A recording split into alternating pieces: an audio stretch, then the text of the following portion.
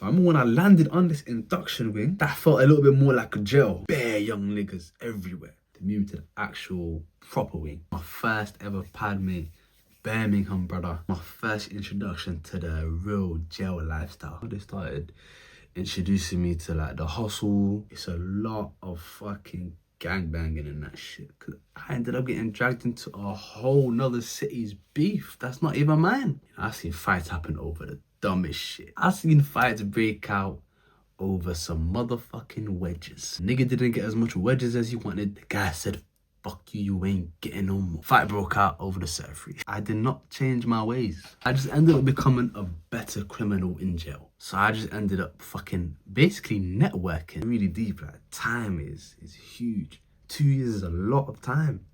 It's a lot of time. So much shit can change. So much shit can happen in 2 years. To the end of my sentence, I felt like I was just a veteran on that wing. But finally, you know, the day finally comes where I go home. And that day, the feeling was just, it was just crazy. So much anticipation, so much build up for this moment. And like, it was finally here, you know? And the processing and everything takes long. And there was like 5, 6 other people coming home. And I was like the last person and shit. And once everything finally goes through, once all the processing happens, and you finally go through the gate, and there's like a gate, and then a little middle part where the cars and that get processed, and there's another final gate before you actually make it out to the outside world. And then that gate kind of opens like this, and it's the slowest motherfucking gate you've ever seen in your life. It's like this. Like, this shit couldn't move any slower. Like, you almost have to like motherfucking squeeze through that bitch. Like, get me the hell out of here, fam. But I remember like my brethren came to pick me up and shit. What on, my dog? They say let you out. Come on, bro. They can't keep me in there. What are you saying, bro? I was just gassed. I was all fucking putting gun size towards the prison logo and shit. Huh? They said let him out. Fuck HMP, you get me? You see that logo there, fam? Fuck that logo, innit, cuz? Nah. Like, I was moving a bit crazy, you know? But fucking like, came out and just, it felt weird even breathing in the fresh air from the outside. It's like the air was different, you know? And I was just like taking it all in and shit, like, it was mad, you know? And I heard a lot of stories about when you come home, like shit, a lot of shit just feels weird. Like sleeping in beds feels weird. Fucking eating food feels weird because you're used to just eating bland stuff. And like all that kind of shit, you know? And there was some things that felt weird. Like I didn't find it hard to sleep, even though the bed was kind of weird. But there's some shit that felt weird to me. Like it felt weird going into the shower without slippers. And I couldn't do that for a long time. Like, for a long time, I would be going into the shower with slippers because I was so used to going in shower with slippers, and if my feet even touched the floor, it would feel disgusting. Because if you know about jail, you cannot go into those showers without any slippers because that shit is disgusting. You can catch all sorts of diseases from that shit, you know? So it took me a while to get out of that. And I remember the food was a bit too much for me, so I had to take time with the food, you know? Because the season, I had to take time with that as well. But like, I was just taking everything in. So I came home, I met up with my family, you know, did a little cheeky shopping and that, you know, bought a little tutu tracky, tutu kicks. And just took everything in, you know, just spent some time with my family and shit. And just kicked back, you know, just kind of enjoyed freedom for a little sec, you know, just all the little things that I was missing out on, you know, eating some nice food, having a nice shower, just taking a walk, just opening the door when I want to, like little shit like that. Like just taking all the little freedoms in, you know. When I came out, I wasn't fully free. Like I said, immigration was trying to deport me because I had a Dutch passport. So because I had a Dutch passport, they were trying to get rid of me. They're trying to get me out of the country. So I was going through the process of appealing that and trying to fight that. So while I was doing that, I had to be put on a curfew. So I had an ankle monitor on my leg, and I had a curfew from 8 a.m. to 8 p.m. So I couldn't leave the house before 8 a.m. and I had to be back home by 8 p.m. Otherwise, boom, boom, boom, the alarms would be blaring and they can come take me back to jail. I was really just taking my time, not doing anything crazy, really just chilling, enjoying my freedom. But it gets to the point where after a little bit, I needed to make some move, you know, because at the end of the day, like, money have to make, right? So I first just laid low, got to hustling a little bit, just some little light shit, nothing too crazy, you know, just hustling on the side, making some drinks and just staying low key. All the while, I'm fighting my immigration case and all that stuff. But of course, as time moves on, hustle only gets stronger, hustle only gets harder. I was fighting that immigration case for a very long time. I was fighting it for around eight months. For 8 months, I was on tag ankle monitor.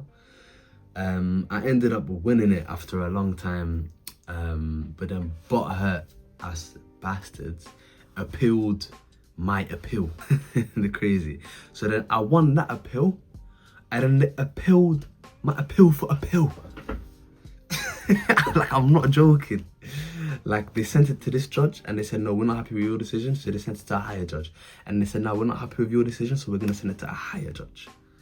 Like, it's crazy. I didn't even know how much time they could have appealed it. Like, after the first time I won it, we celebrated and shit. After the third time, my nigga, I didn't care. I was like, yeah, because they'll probably just appeal it again, you know. But the last time was like the final one, and I was fully off. I could get my ankle monitor off, so I was kind of a bit more free. I was still on probation. Like I said, I was sentenced to 4 years, so I did 2 years in prison. So now I had to do a whole nother 2 years outside. When my ankle monitor came off, yeah, it was fully out here after that. Fully out here, you know. After a little bit, my cousin, who actually ended up going to jail while I was in jail, he ended up coming home, and we get straight to hustling. But now, him just like me, we ain't on no reckless shit no more. But we still need to make money. We do what we think the best thing is, and that's just hustling. This time we're older, we're a lot smarter, and we're a lot more connected. So shit is moving smoothly for a long time, you know. We're just doing our thing, living it up, you know, life's going smoothly. Well, as smooth as the streets can get, you know. There's always fuckery going on, but for the most part, me and my cousin, we were staying out of the bullshit.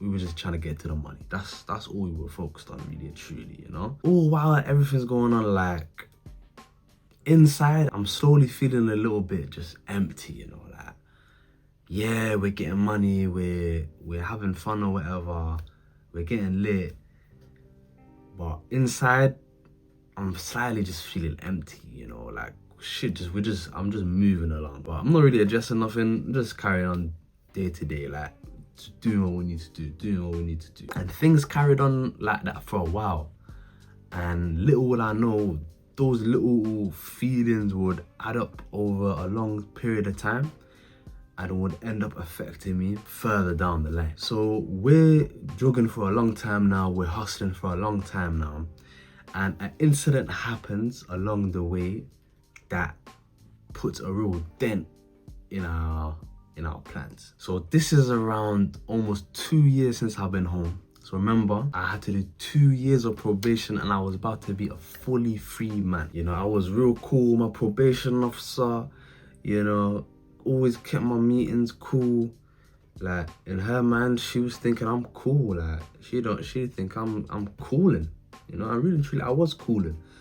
I was just making money on a low key end. But a couple months before my license is about to finish, an incident happens that puts a real big spanner in the works. Me and my cousin ended up buying a phone from a shopkeeper, and lo and behold, the phone ain't working properly. The phone is very integral to our hustle. So as you can imagine, we're very, very agitated, we're very angry. Instead of just throwing the phone away and buying another one.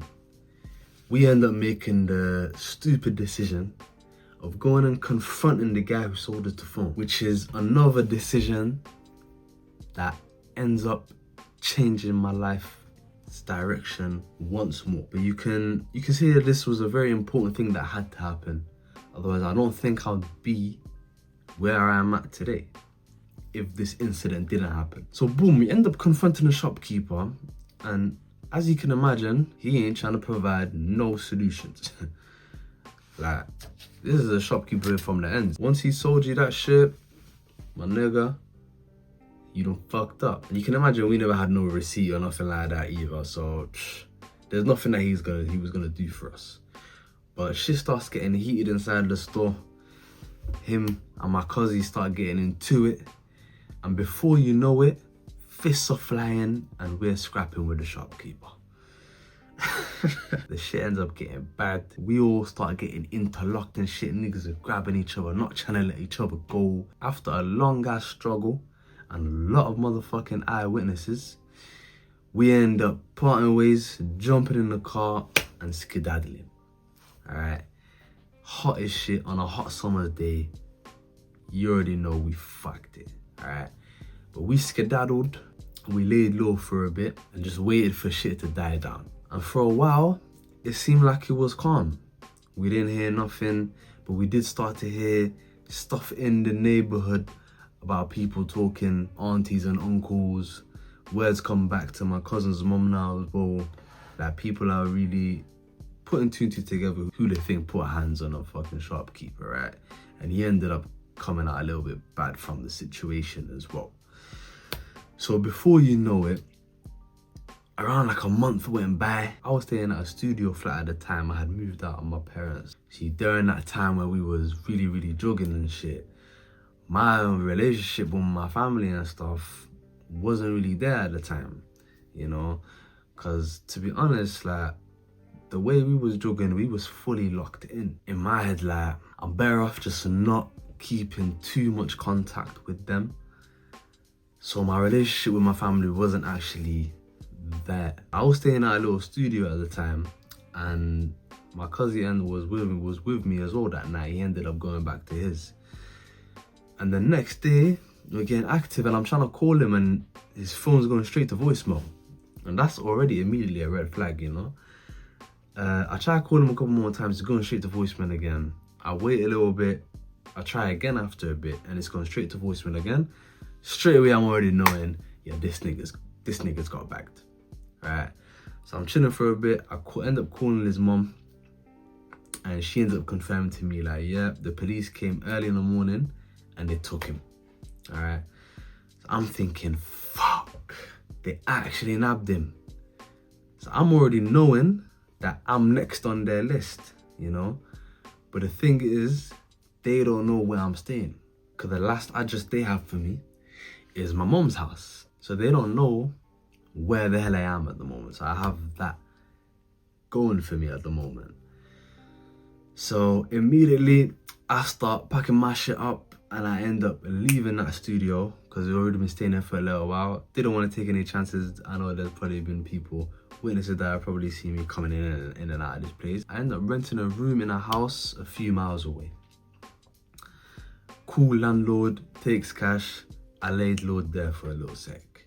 At this point, it's not clear that the police know who I am exactly yet, until I get a phone call from my probation officer a couple of weeks after the fact, telling me that, yeah, the police are looking for you in regards to some fight that happened and they're asking you to turn yourself in. So they must have gone to my house, and of course I wasn't there. And I'm telling her, like, wait, what? A fight? You know, I have to play dumb and shit. As soon as I put that phone down, took the SIM out, and I was gone. Off the grid. So now I'm officially on the run. A couple months before my probation was about to finish.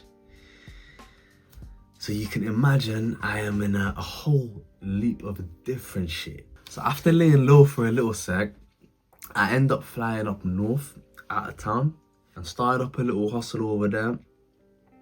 And I stayed there for a good couple months. I was fucking living with crackheads and sleeping in bandos, like real life on the run, jugging it out, gritty. And for a long time, the only people that I was talking to on my day-to-day life was just straight crackheads. Like, that's the only people that I was speaking to. Couldn't speak to my family, couldn't speak to none of my friends. It was just me and a crackhead in one house and just getting it out of the mud, for real.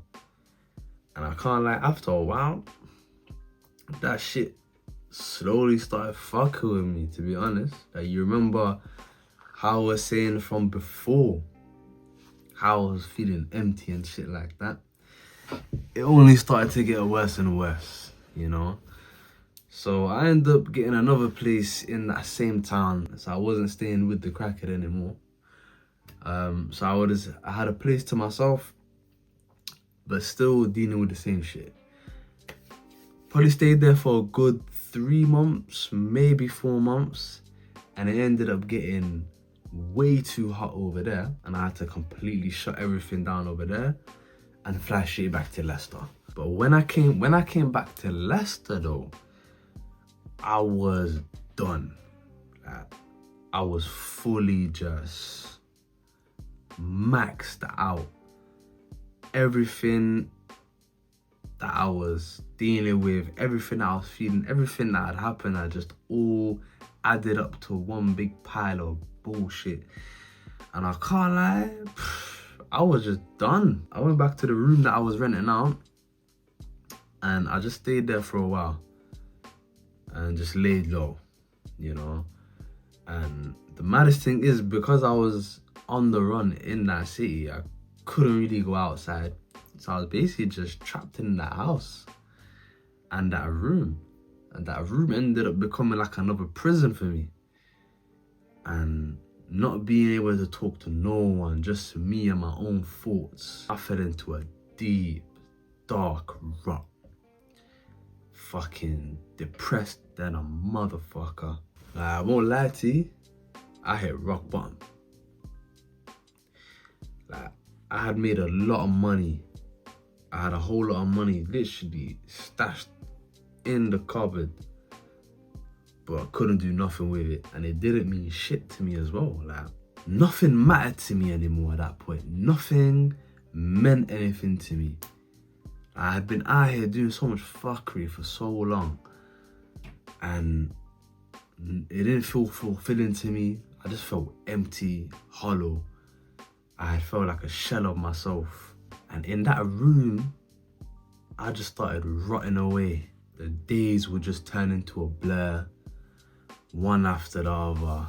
One day would just fall into the next day. Everything just felt like a blur. I would just try to distract myself from the fucked up situation I was in with bullshit, you know? I would smoke all the pain away, drink the pain away, and it seemed like every day I fell deeper and deeper into a dark, dark hole, and I couldn't see any light at the end of the tunnel. Like, I genuinely didn't see any way out. I didn't see any point of even living anymore. I didn't think, in my fucked up head, I didn't care about anything else, and I felt like no one cared. And the thing is, I knew that people did care about me, but in my head, I felt like I had done so much fucked up shit. I had pushed everyone away from me. Even my cousin, I wouldn't be talking to him either. I think I felt so much just shame, and I feel like I was too far gone for anyone to even fuck with me anymore. Like, that's how I genuinely felt. And I felt at that point that I was just done out here. I was like, yo, if I drop dead right now, no one would even know. Like, if I just didn't wake up, no one would know. And the shit was fucked. Like, and I genuinely did not know how to get myself out of it. Until one one day, I watched one video, and I swear that video changed my life forever. And I remember seeing the thumbnail for the video a lot and the title, and it would be calling out to me, and it's crazy. Like, this is like, I believe everything happens for a reason, and I believe in God, and I feel like this video was just calling out to me for so long. Like, I would see it, but I wouldn't click on it. And the reason why I think I wasn't clicking on it because I was scared of the answer that I would get from watching the video. Because sometimes, you know that something is the truth, and you're scared to address it because you know that it's gonna force you to face yourself. And sometimes that's the scariest shit to do, to actually face yourself, to face all the bullshit that you've been cramming down and covering up, to actually lift that shit and face it and go head on with it. Sometimes that's the scariest shit, especially where you've been bottling for so long. And the video, it was by one YouTuber called Taekwondo, which is crazy. I know a lot of people probably know who he is. He's a young nigga on the YouTube scene, and he has a lot of different kinds of videos. But this video, it was titled, "Find Out Who You Really Are. What is your purpose? Who are you?" It was along the lines of that. And it was like a direct attack on me. It was telling me, who are you? What is your purpose? Find out who you really are. And I'm deep in like, who the fuck am I? Like, at that point, I didn't know who the fuck I was.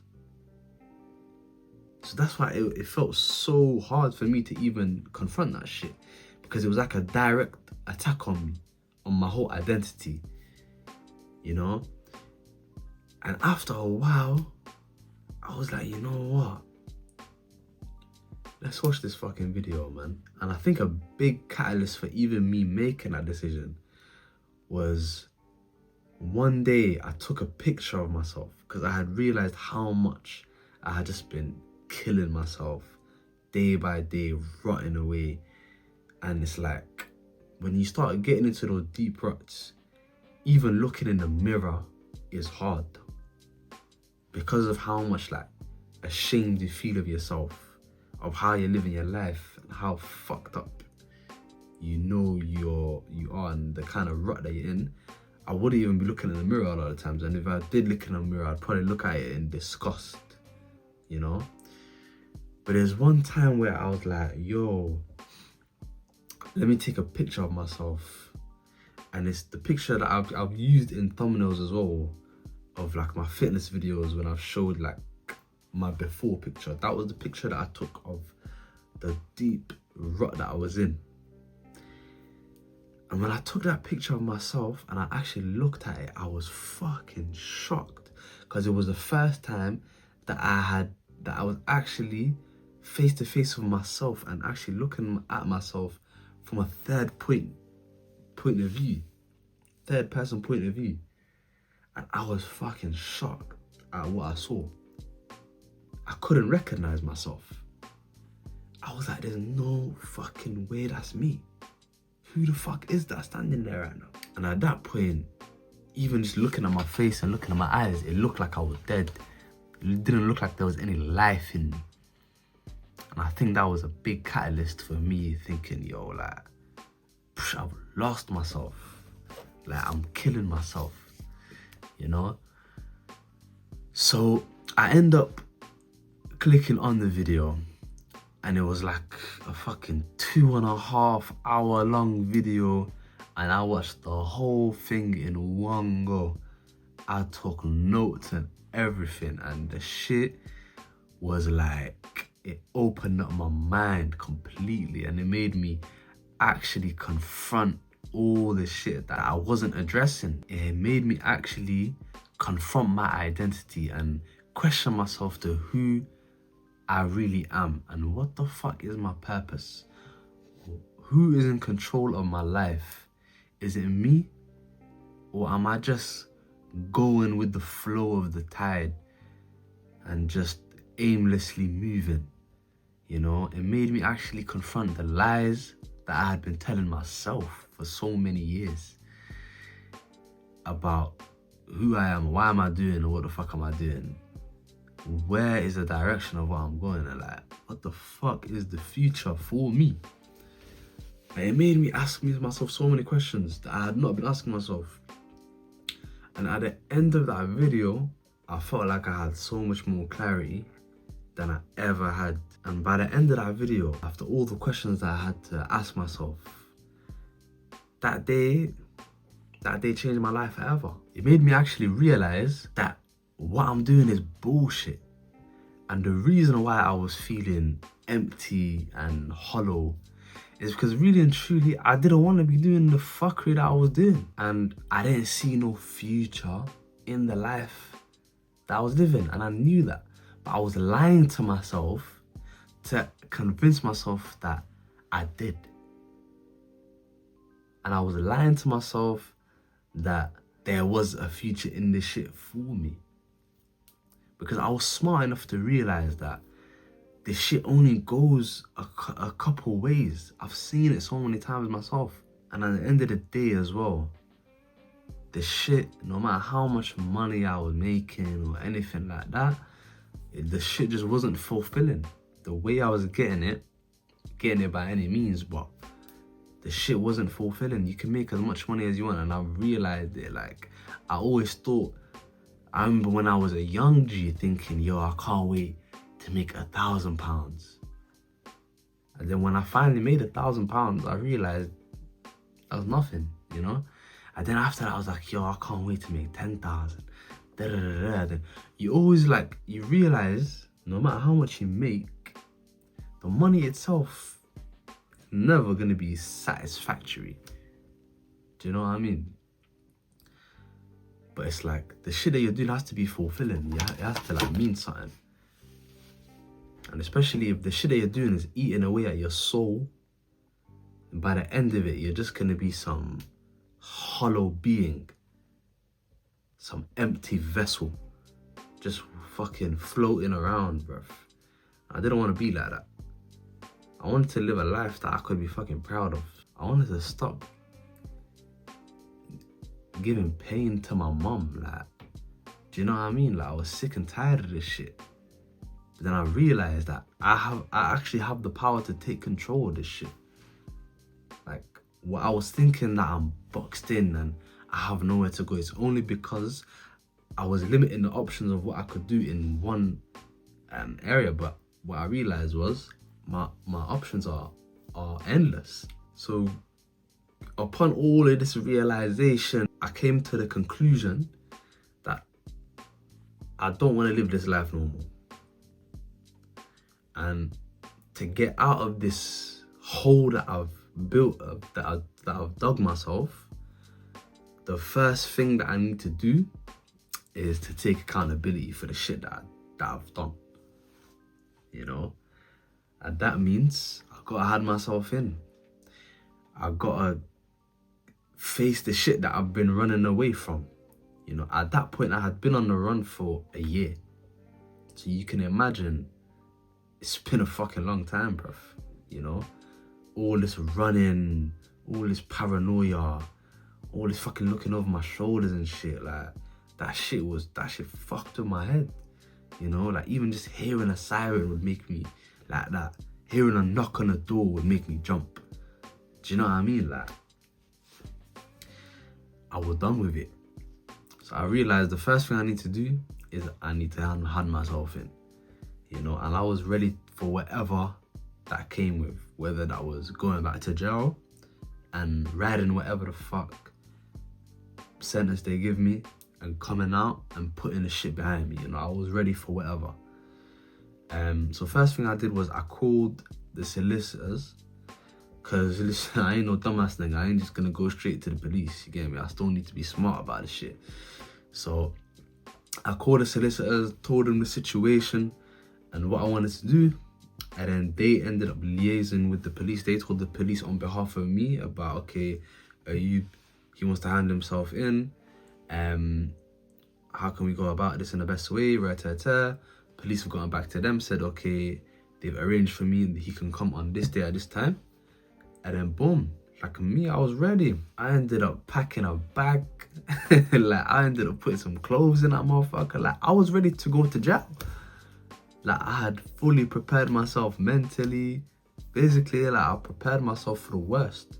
You know, I was like, yep, I'm going to jail. Cause what they were saying was I was wanted for a recall. Not even just wanted for question. I was wanted for a recall to prison. So I was fully expected to go back to jail.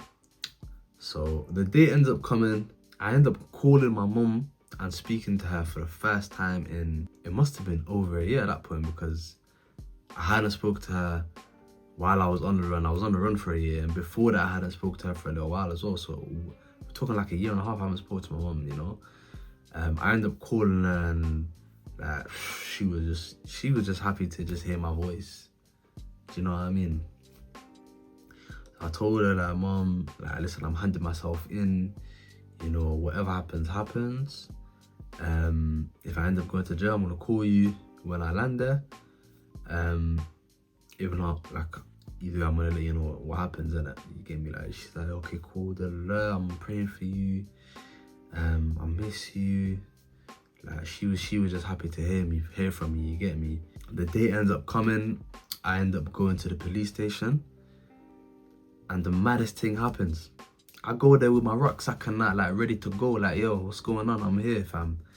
The police officer ends up telling me, like, yeah, we've actually been looking for you for so long that your recall has expired.